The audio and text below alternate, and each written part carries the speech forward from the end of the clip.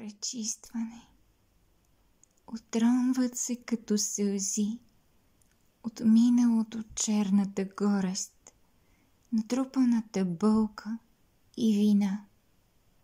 Освободи се, не задържи, изчисти се, освети своя храм с дара на избавлението.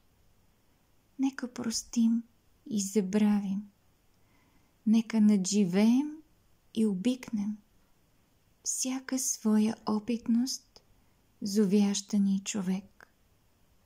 Обичам, изгарям с плам праха на изпепеленото зло.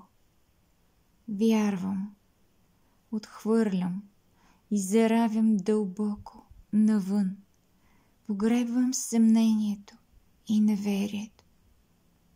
Благодаря, оценявам всичко, всеки с обич по достоинство.